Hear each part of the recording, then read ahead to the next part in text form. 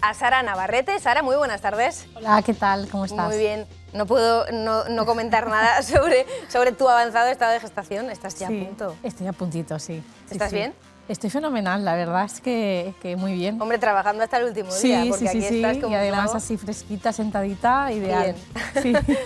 Les decía a los espectadores de Aquí la 8 que tenemos esta tarde un tema muy interesante que además lo traemos porque te han, una vez más, a través de redes sociales te han pedido que lo tratemos aquí esta tarde. Así es, sí. Justo tras la última tertulia que tuvimos, ¿no? Esta charla, sí que comentaron, una mamá escribió diciendo, oye, mira, yo tengo una hija adolescente y bueno, estoy preocupada por el tema de las redes sociales. Me está empezando a pedir que pues como ya empezar a hacerse como no operación de cirugía estética como tal, sino pues que ya quiere que si aumentarse el labio, que si el pómulo, que si tal. Y bueno, pues al final yo creo que es un tema que es muy importante, ¿no? Abordar y ver cómo esto afecta, ¿no? A los adolescentes y qué podemos hacer para que no caigan, ¿no? En esa trampa. Claro, es que nos creemos que todo lo que sale en las redes sociales, para empezar nos lo creemos todo, como si todo fuera verídico, como si cualquiera le diéramos una categoría de realidad, o sea, cualquiera es cualquiera sube lo que se le pasa por la cabeza, puede estar contrastado, puede habérselo inventado o puede ser claro. Una cosa incluso dañina para nosotros, ¿no? Hay un montón de retos virales de o límpiate la cara con esto, que es una cosa que es brutal.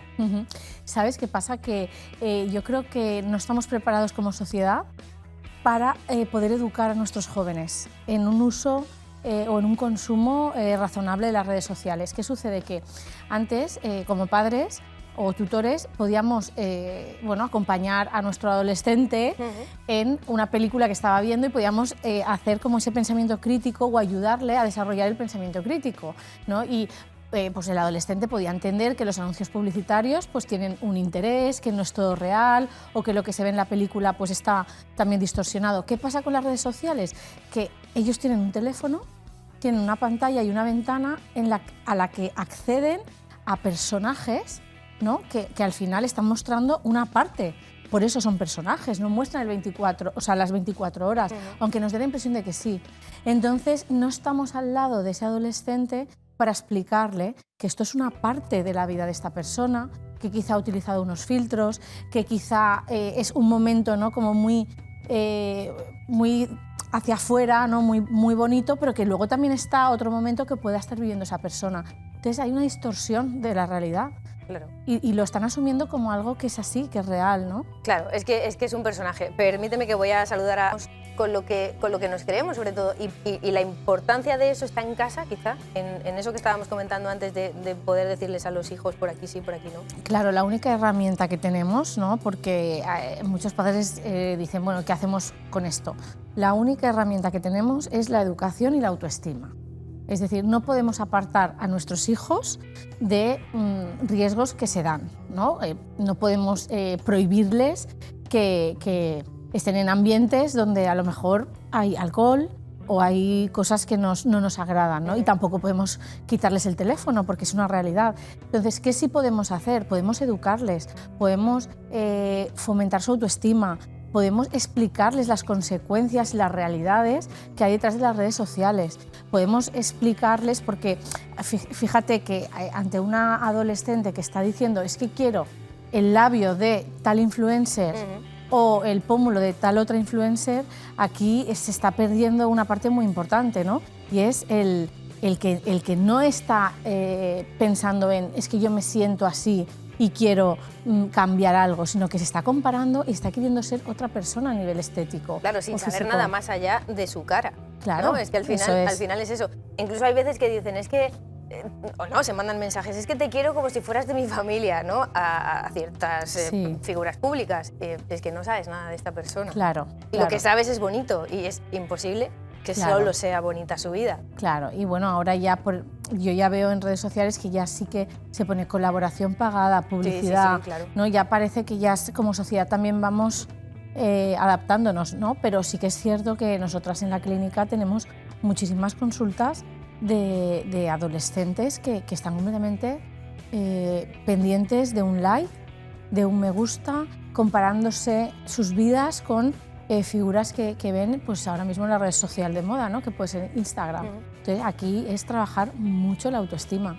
Claro, ahí hay otro debate, porque en las clínicas estéticas, por ejemplo, vas con 40 años y te dicen, uy, pero si ya vas tarde, si esto hay que empezar a hacérselo con 22.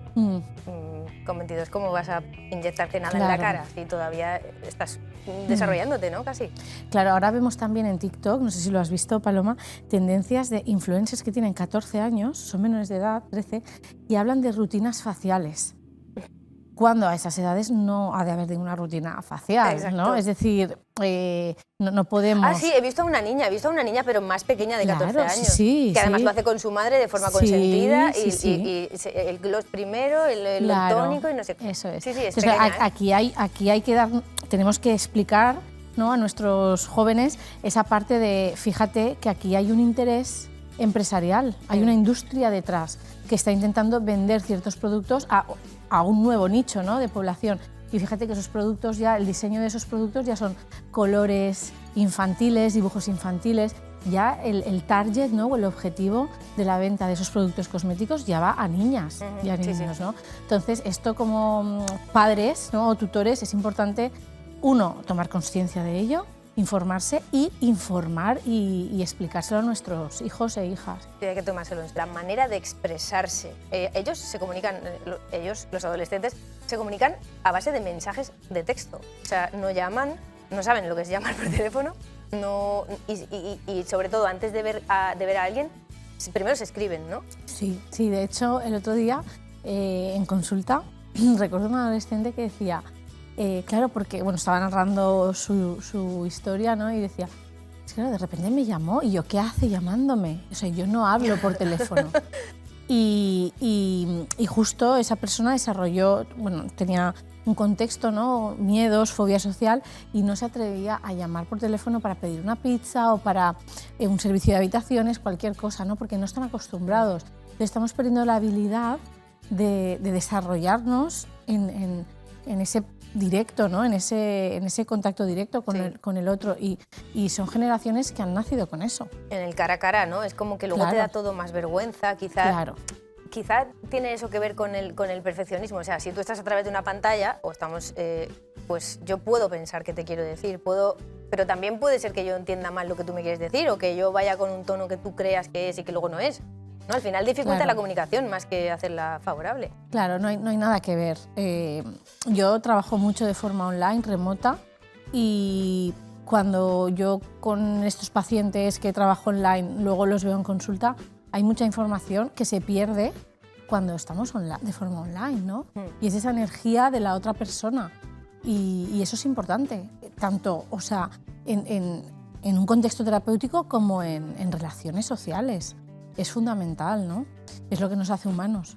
Claro, porque es luego complicado poder trasladar todas esas relaciones, o sea, porque puede ser que a ti no te caiga bien una persona, ¿no?, cuando te veas en persona. Quizás si llevas entablando una relación online meses y de pronto os sentáis a tomar un café, claro, uy, pues no era así. A ver, no sé si te ha pasado alguna vez esto de conocer a una persona y de repente dices, me cae mal, y la persona no ha hecho nada, ¿no? Es como un rechazo, ¿no?, inicial, que luego la relación puede ir, y muchas veces sucede, ¿no?, que dices, mira, esta persona que ahora es súper buen amigo o amiga, me cayó mal, ¿no?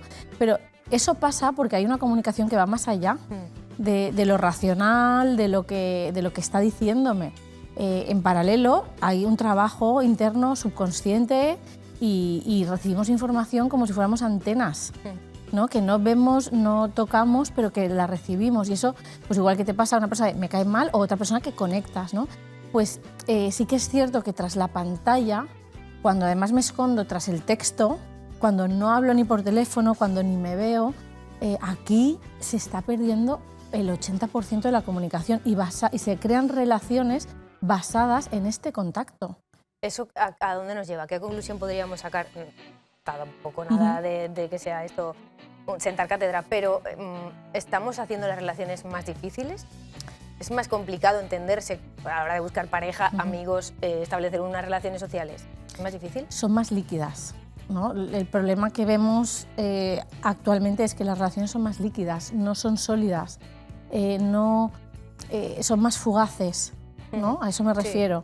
No está construido sobre no nada se construyen firme, ¿no? sobre algo sólido, entro en una relación y salgo rápido porque de repente veo algo que no me gusta y no doy oportunidad, ¿no?, a esa comunicación, a ese poner en común, a ese diálogo, porque no sé hacerlo, ¿no? Y la sociedad nos lleva hacia ese punto, ¿no?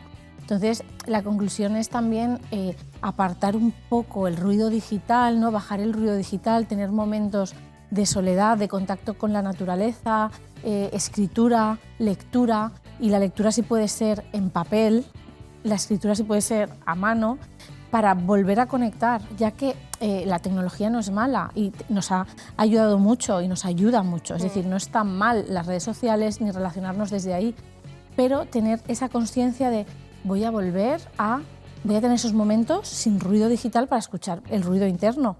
Uy, es que el ruido interno... Mayores, que hay veces que vemos cosas que decimos, uy, esto será verdad, y bueno, si no tienes, es lo que estamos hablando, si no tienes un criterio en casa, alguien que te diga, que te dirija más o menos, no te lo creas todo, mira a ver si puedes ir a fuentes fiables. Lo más importante no es tener los labios o los pómulos o la casa que tiene alguien, hay otras cosas que podemos hacer desde casa con nuestros hijos. Sí, la educación, ¿no?, es fundamental, el fomento de la autoestima. Luego también nosotros incorporar esos hábitos, ¿no?, esos hábitos de estar con uno mismo, ¿no? Antes decías, ay, es que claro, bajar el ruido digital, ¿no?, el de fuera para poder escucharse, ¿no? Y decías, es que eso no es fácil, ¿no? Pero fíjate que no es fácil, pero actualmente, por desgracia, no sé si sabes que la principal causa de mortalidad es el suicidio y son adolescentes, ¿no? Entonces, algo estamos haciendo mal. ¿Y qué quiere decir? Quiere decir que realmente la sociedad nos impulsa al consumo y a estar muy hacia afuera, pero realmente, aunque dé un poco de miedo a veces escucharnos, ¿no?, porque nos tenemos que enfrentar quizá a realidades que no nos gustan, es el único camino que tenemos para estar en paz y tranquilos. Entonces eso tenemos que inculcarlo, tenemos que enseñar a los papás que desde pequeñitos pues la pantalla se ha de usar, pero se ha de usar con responsabilidad, ¿no? Justo yo escuché, no sé qué autor el otro día, en una entrevista le preguntaban, oye, ¿cuál es la última? ¿Tú consumes drogas? Y dijo, no. Dijo, bueno, sí. Y dice, ¿y qué has consumido? Y dice, el teléfono. Es que genera adicción. O sea, yo tengo una hija de 3 años y no se lo doy así porque sí, pero el fin de semana, una cosa es que vea una película de dibujos, cuando le damos el teléfono, la pantallita, el YouTube, le cambia el carácter. Sí, ¿no? O sea, claro, yo ya me la analizo, ¿no? Y digo, es que cambia, ¿no? Porque demanda más le genera ansiedad.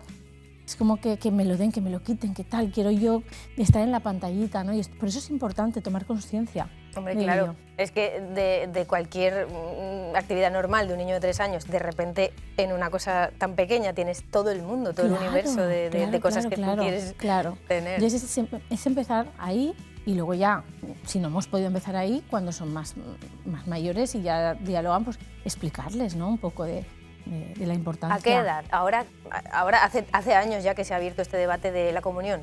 ¿Regalamos un móvil o no? ¿A qué edad crees tú que tienen que tener los niños un móvil? Pues depende de cómo es el niño y depende de cómo son los padres, a qué se dedican los padres, ¿no? Pero claro, yo te diría que retrasarlo, y si damos un teléfono, no intentar, o sea, no dar quizá un smartphone que lleve ya todo, ¿no?, lo que es red social, YouTube, sino poco a poco damos un teléfono a lo mejor que sea para llamadas y mensajes, ¿no?, y WhatsApp, pero que ya esté, ¿no?, la parte de navegar por la red un poquito más capada y ir poquito a poco pues educando y abriendo ese campo también. Claro, es que al final no nos damos cuenta de que lo que le estamos dando a los niños, aunque sea el teléfono de último modelo, es que es muy peligroso, es una herramienta muy peligrosa para ellos y bueno, pues... Sí. Y ahora ya cada vez más se está catalogando como conducta adictiva, como una adicción. Sí. Es decir, ya vemos centros en los que se desintoxican. Claro. Hay adolescentes desintoxicándose porque todo va girando en torno a esa dimensión, ¿no? Por ejemplo, para la redundancia, dar ejemplo. Es decir, si estamos comiendo en una mesa, toda la familia, si podemos los padres o los mayores no estar con el móvil mientras estamos comiendo la sopa, mejor. Claro, lo ideal es ser el ejemplo, es decir, que ellos cambien en función de cómo yo también voy avanzando, ¿no? Entonces lo primero es yo intentar, ya por mi bien como adulto, tener esos espacios de desconexión y tomar conciencia, ¿no? de esos momentos. Vámonos diciendo like. Si tengo 5 likes es mejor que... O sea, es decir, se vive pensando en los likes. Cuantos más likes tienes, mejor. Sí, ¿no? Es decir, ellos sí que miden la interacción social a través del like, el me gusta, el me comparte la publicación o no, el número de seguidores, el número de suscriptores, es decir, que sí que tienen ya otra estructura, ¿no? Necesitan ser populares. Sí, pero a través de la red social. Sí. No a través del día a día, ¿no? En el entorno. Eso es lo que da ese respeto, ¿no? Claro, porque además para eso, para conseguir likes, tienes que hacer algo distinto. No es cada día la misma, ni siquiera es una foto bonita. Puede ser cualquier cosa que a tus seguidores les parezca pues, atractiva, divertida, elocuente, lo que sea. Y entonces eso hace cada vez más minar la autoestima, porque cada vez tienes que esforzarte más por conseguir esos likes. Sí, y además el modelo que hay en redes sociales muchas veces son modelos enfermos, es decir, son modelos con cuerpos enfermos que no son sanos. No sé si me explico. Sí, totalmente. Personalidades que quizá tienen un punto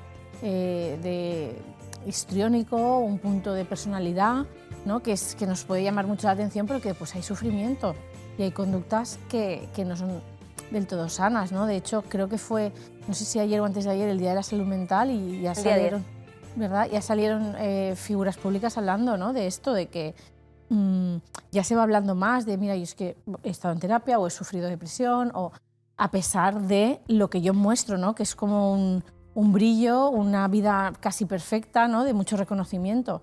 Entonces, eso es importante. Ayer justo vi yo la publicación de una artista, de Carmen Boza, súper conocida, que dice que deja la música directamente porque no puede soportar lo que son las redes sociales, es decir, el tener que estar creando contenido continuamente, atraer a la gente a través de las redes sociales para algo que tú haces bien, ¿no? que es cantar y no sirve, que seas súper buena cantando.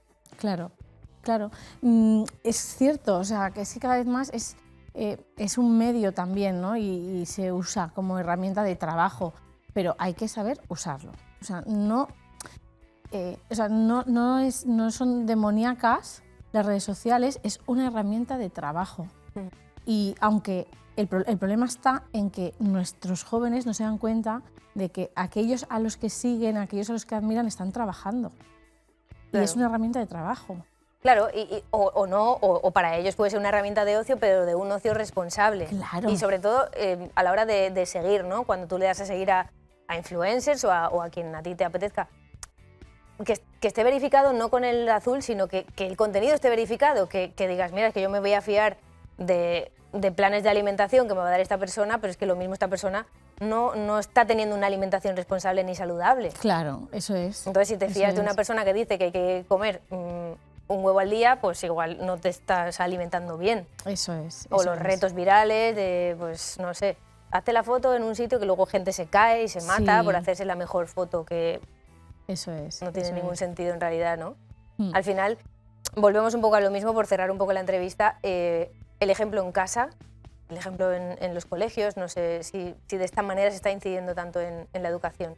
La educación se hace en casa. Aunque en los colegios son importantes, pero la educación se hace en casa. Nosotros como padres, tutores, somos modelos y los niños son esponjas, el adolescente es esponja. Entonces, centrémonos en ser nosotros el ejemplo que queremos ver en nuestros hijos. Es decir, si yo veo en mi hijo o en mi hija un consumo excesivo de red social, primero voy a mirarme a mí, voy a intentar bajar ese consumo, voy a decirle, mira, yo soy consciente de que igual yo no lo estoy haciendo bien, pero me preocupa y te lo tengo que transmitir y juntos vamos a intentar los dos ser mejores, ¿no? Porque yo igual también me estoy pasando, no atacar directamente al adolescente. Entonces, si yo entro desde ahí, es más fácil poder comunicarme con el adolescente en cuestión, ¿no? La empatía. Claro, eso es. Pues Sara Navarrete, muchísimas gracias. No sé si en 2 semanas te veremos por aquí.